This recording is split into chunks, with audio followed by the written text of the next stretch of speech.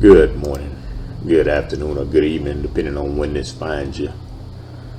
I just want to talk a little bit about a subject that, me personally, I think is important because it's going to probably cause anger for many, but the message needs to be heard, in my opinion, because we have emancipated women to leadership. And take a look at society since that has happened. Murder on demand has increased, but we call it choice. Many of our women are out here saying they don't need a man, and they've assumed the leadership positions, and the divorce rate has skyrocketed across all cultures, all races. The desire to be married has decreased exponentially. The illegitimacy rate has increased among all cultures and races. Welfare, which was supposed to be meant as a helping hand, has actually turned into a lifestyle. Disrespect has increased among all of society.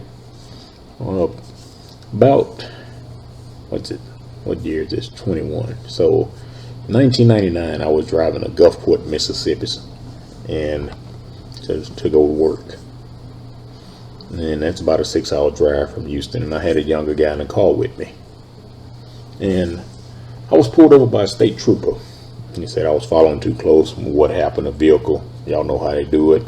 They see a police officer and they slam on the brakes right when they get up on it, and you get caught following too close. So he pulled me over for that. Didn't give me a citation, but he just really wanted, I guess he was just looking for somebody to talk to that day. But I treated him with total respect because this guy was younger than me. It was obvious he was much younger than me. And as we pulled away, the young guy asked why did I address him as sir. And I told him that you show respect to those in authority. Our women don't realize that they've been bamboozled and removed from under the headship that has been designed for the best outcome for the family unit.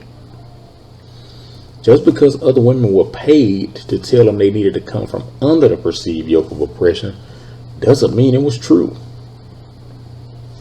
Look at what has transpired since society has moved to the matriarchal instead of maintaining a patriarchal order of things. And if a woman was raised in a home where there was no father, or the father was not engaged, she's never gonna submit to a patriarchal design if she gets married. That relationship is destined to fail. A woman is trying to usurp the authority that God placed in a man. And a man is not gonna sit there and butt heads with a woman continually, and when he gets frustrated, he's gonna walk out the door. So up until the early 1970s, homosexuality was considered a mental disorder. Don't take my word for it, look it up for yourself. And once our men were removed from the home, or their role was minimized, homosexuality increased in our families and right throughout society. And this actually happened right after that feminist movement push of the 60s. Since women have tried to fill the dual roles of father and mother, our kids grew up mired in confusion. I remember a few years ago, one of the greeting card companies, Father's Day cards came out, and for the what they call them, well, it was a black card, whatever they call an African American side or whatever. Happy Father's Day, Mom. But that was all on the cards that were marketed toward black people. Why weren't any other races marketed and targeted like that? Because if you really study something, you'll see that black men are doing more and more engaged with their children and in more households than white men right now. But they have to keep filling your head up that black men are the deadbeats. And I'm going to do some other videos later on. I'm going to talk about some of that stuff too.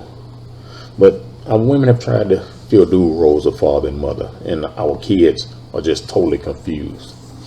And since our women have to work and compete in a male-dominated environment, they have to develop male characteristics, and in the process they lose some of their femininity. Now, You can believe in the Bible or not. Don't make me no difference either way or the other. I know what we follow in my house over here.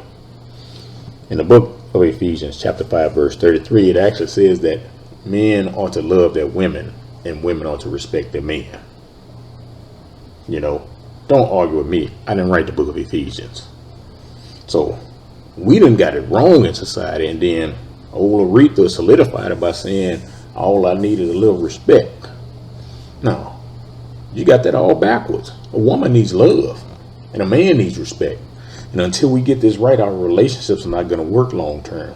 And just so you know, it's not supposed to be any conditions placed upon either party given what they were created to give. That was a plan created from the start. God told man to rule, and Satan tells the woman to take charge. So you see why we confused? We got two entities butting heads. You got somebody trying to fill a role that they weren't designed to fill. God's word that says that judgment comes on a nation when women are in charge, and that women should not have authority over men. Nowhere in his word does it say conditional authority either. Our men have to step up and kick the government out of the family and their houses or homes.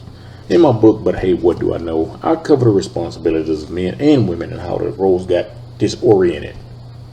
God gave man the means to cultivate and make everything better, and that's why we can never find a finished woman.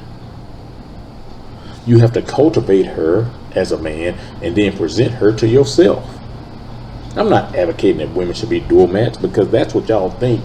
When somebody starts talking about submission and rebellion, y'all always think, well, you know, I'm not supposed to be a doormat. See, that feminist movement got y'all head all messed up. There's too many decades that passed with that thought process and got y'all heads all messed up. Because the women that was telling you to assert yourself and come from under the headship didn't leave their men. And then when you left when you left your man, those that were single scooped right in and took your man from you. And then your man started taking care of them while they stayed home while you went to work. So you don't understand that. So you can't find a finished woman until she gets a man in her life. Our women need to do a serious study on the word submission and understand it is actually a position of strength. Look at it this way. The man is the head and the woman is the neck. I believe when each sex function in a God-given role, we'll have a much stronger family unit, which produces a stronger society. The feminist movement was never about equality. It was always about removing mom from the home so she could enter the workforce, the system could receive more taxes, and at the same time teach your children their values and get them away from your values, to teach them that there was no God and remove the influence of the parents. Isn't it amazing that prayer also came out of school in the decade of the 60s when women were told to leave the house? So that's what we need to understand. So if you think someone could benefit from this video, share it with them. Let's uplift and build each other up. Black woman, we are not your enemy as black men. And black men, the black woman is not our enemy either.